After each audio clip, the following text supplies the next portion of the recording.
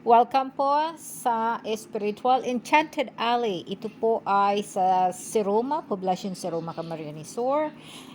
Ito pong lugar na ito ay isang enchanted at mag-open po ito next year. Magandang umaga po, magandang tanghali, magandang hapon, magandang gabi mga kaantingero-antingera ko dyan.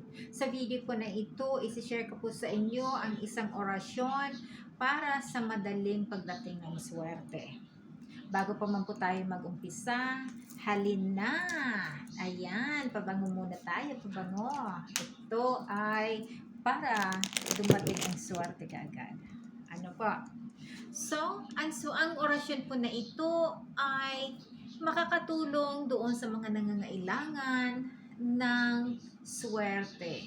Ano po, lahat naman tayo kailangan ng swerte. Ano? Ako, everyday kailangan ko ng swerte.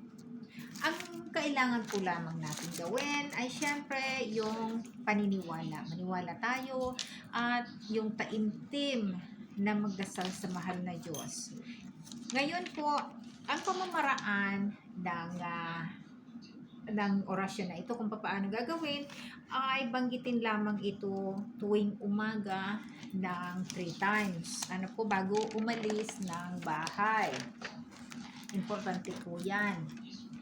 Tapos sabayan ng taimtim na hangarin. Tapos positibong kaisipan. So yun lamang po ang kailangan natin gawin pagdating sa orasyon na ito. At syempre, ito ay kailangan mong i-memorize. Importante po kung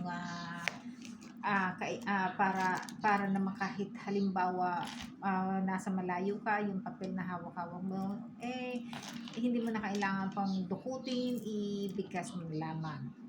So narito po ang 5 words lamang po ito na orasyon. Napakadali po. So, isusulat ko po. At, syempre, good luck po. Ito na po siya.